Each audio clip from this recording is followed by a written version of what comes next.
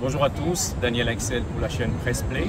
Je suis content de vous retrouver une fois de plus sur cette chaîne. Une édition assez spéciale parce que c'est un peu une espèce de coup de gueule.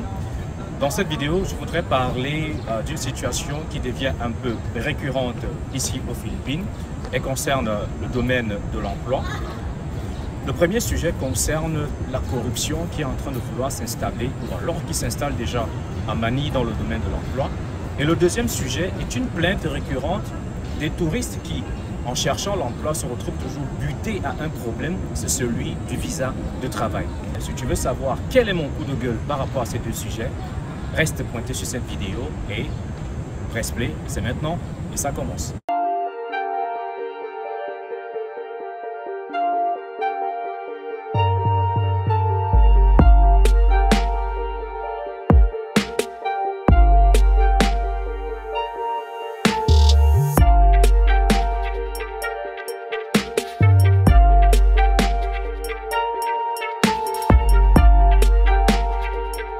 Alors comme je le disais tout à l'heure à l'introduction de cette vidéo, il y a deux sujets qui sont devenus récurrents et j'ai l'impression que ça ne concerne pas les gens qui vivent aux Philippines. Ça ne concerne pas surtout les associations parce que ici je suis en train de m'adresser aux associations des ressortissants touristes africains. Quand je dis association, je commence par l'association des Camerounais aux Philippines, l'association des Ivoiriens, des Sénégalais, des Congolais aux Philippines. Pourquoi est-ce que je parle des associations? Je parle des associations parce qu'elles sont censées être celles-là qui apportent un soutien à tous ces ressortissants-là, qui les accompagnent dans leur process ou dans leur vie aux Philippines, qui les aident à gérer certaines situations, qui les aident par exemple à les orienter ou à trouver des solutions quand ils ont un problème. On ne peut pas comprendre et laisser faire qu'encore aujourd'hui aux Philippines, quand quelqu'un a passé ses entretiens d'embauche, qu'il arrive au initial interview, qui est parce que ça, c'est dans le cas où ce sont des Africains qui doivent passer le final interview, qu'ils demandent de l'argent à leurs frères africains.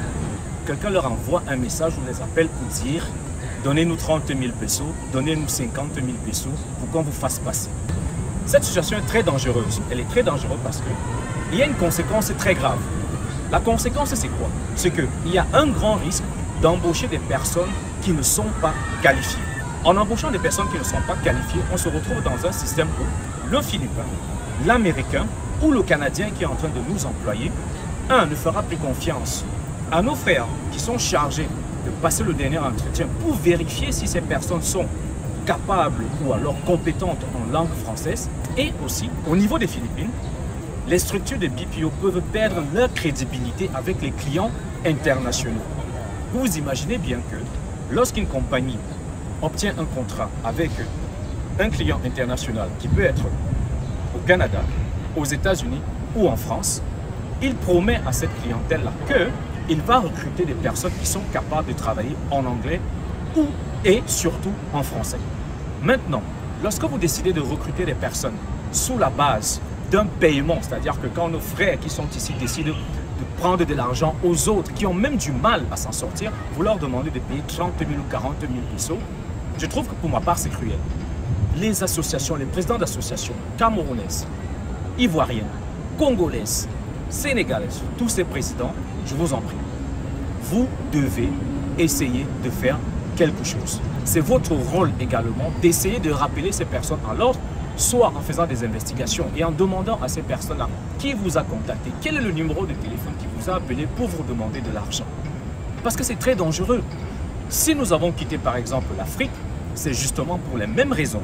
Les mêmes raisons qui ont fait en sorte que quelqu'un a un niveau bac, qu'il a un niveau licence, il essaye d'obtenir un emploi quelque part, on lui demande par exemple l'équivalent de 5 ans de salaire pour obtenir un emploi où on lui payera à peine 15 000 pesos, c'est-à-dire l'équivalent de 150 000 francs CFA.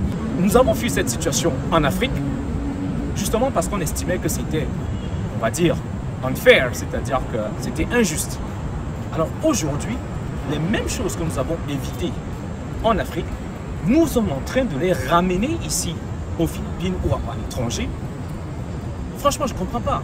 On confie le recrutement à un frère qui est camerounais, congolais, ivoirien, sénégalais, et il se permet de demander à son frère africain de lui donner 30 000, 40 000 pesos. Donc, j'ai reçu un voice d'un Africain, je ne vais pas dire de quelle nationalité il est, Il m'a envoyé un voice pour m'expliquer comment est-ce qu'on lui a demandé 30 000 pour passer le final interview. Il n'a pas pu donner ces 30 000. Ce qui s'est passé, c'est que le lendemain matin, il a automatiquement reçu un email pour qui lui disait qu'il n'a pas passé le final interview.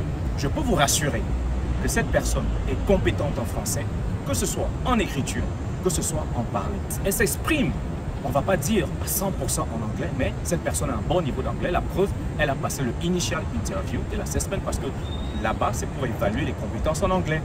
Et quand vous passez le final interview, généralement, c'est pour évaluer vos compétences en français. Pour certaines entreprises, ils confient cette tâche-là aux ressortissants africains qui travaillent dans ces compagnies-là, parce qu'on s'est dit, bon voilà, comme ils travaillent dans cette compagnie et qu'ils parlent français, ils sont mieux placés pour évaluer le niveau de langue de cette personne. Le deuxième sujet, comme je l'avais déjà annoncé au début de cette vidéo, ça concerne le visa de travail. Working Permit. Une fois de plus, j'interpelle les associations des ressortissants africains aux Philippines, à Mali. Beaucoup de nos frères se sont plaints qu'en allant passer ou alors en allant soumettre leur resume dans des compagnies, entendez leur CV dans certaines compagnies, ou ayant même appliqué en ligne pour certaines positions, on leur a dit qu'on ne recrutait que des personnes qui avaient un working permit. Ça m'étonne un peu parce que jusqu'à présent, aucune de nos associations n'a réagi face à cela. Vous allez certainement me dire, qu'est-ce qu'on peut faire face à cela? Parce que nous, les Africains, nous sommes toujours défaitistes. Quand il y a une situation, on se dit, ah, bah, c'est comme ça, c'est chez eux ici, là, du coup, il n'y a rien à faire. Non, je dis non.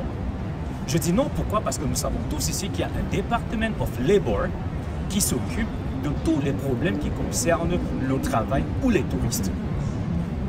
Une fois que vous êtes touriste ici et que vous avez vos papiers à jour, c'est-à-dire que vous avez payé votre visa de touriste, même si c'est pour une validité de 1 mois ou 2 mois, vous avez des droits en tant que chercheur d'emploi. Les associations doivent comprendre qu'elles doivent accompagner les ressortissants africains ou les ressortissants étrangers. Je ne veux pas seulement parler des Africains parce que je suis certain que ça concerne également d'autres communautés qui peuvent être oubliées. Mais il faudrait qu'on comprenne que dans cette situation, nous commençons à être défavorisés.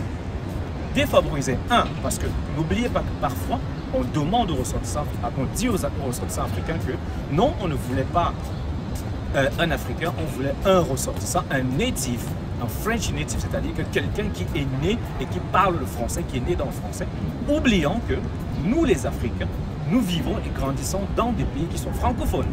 Mais pour eux, ils ont l'impression que quand on dit French native, c'est les Français, les Blancs en fait. Mais nous, on n'est pas Blancs. Alors, une fois de plus, s'il vous plaît, les présidents d'associations, ceci est votre travail. Vous devez, vous pouvez engager des investigations, des recherches, vous rapprocher du Department and Labor et même écrire des pétitions, soumettre au Department of Labor pour dire, mais voilà, on ne comprend pas. Comment est-ce qu'on peut demander à des ressortissants, à des gens qui cherchent un emploi, de se présenter avec un working permit, sachant que c'est en obtenant un travail ici que l'employeur donne un working permit à l'employé. Si nous laissons cette situation franchement perdurer, je vous promets qu'à la longue, nous aurons beaucoup de mal. Ne nous disons pas que seulement parce que nous, on a déjà obtenu un emploi, nous travaillons à temps régulier, quelque part à temps plein, ça ne nous concerne pas. Non, tôt ou tard, ça va nous concerner. La situation était moins catastrophique que ça il y a encore quelques mois, mais aujourd'hui, ça devient vraiment épineux de voir tous les jours des frères qui disent « Ah, allô Dani, je ne comprends pas, je suis allé dans telle entreprise et puis on me dit non, il me faut un working permit. » Ce n'était pas comme ça avant. Majoritairement, beaucoup d'entreprises commencent à exiger de nous, les ressortissants africains, de présenter des working permits, entendez des visas de travail.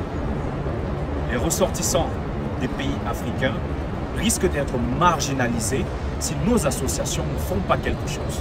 Une association ne concerne pas seulement une organisation de fête en fin d'année, elle ne concerne pas seulement l'assistance d'une personne lorsqu'elle est malade ou lorsqu'elle a des problèmes à la sortie ou à l'entrée du pays, elle concerne et surtout des personnes qu'on doit assister dans le domaine de l'emploi. Une personne qui réussit à trouver son emploi aux Philippines, membre d'une association, est une ressource déjà pour cette association. Vous n'allez pas demander à des personnes qui sont démunies de contribuer pour le bonheur de tous. Il faut connaître le potentiel que vous avez, il faut connaître l'action que vous pouvez mener ou les actions que vous pouvez mener. Et franchement, je vous le dis, chers présidents d'associations des ressortissants africains aux Philippines, je vous en prie, essayez de vous mobiliser pour commencer à trouver des solutions ou alors mener des actions qui vont réduire cette obligation de présenter un working permit lorsqu'on va obtenir un travail. C'était Daniel Axel pour la chaîne Pressplay. J'attends de vous que vous me donniez vos commentaires. Dites-moi ce que vous en pensez. Donnez-nous des idées qu'on pourrait partager avec les présidents des associations pour voir comment petit à petit on pourrait aider à résoudre ce problème. Merci de m'avoir écouté. À bientôt.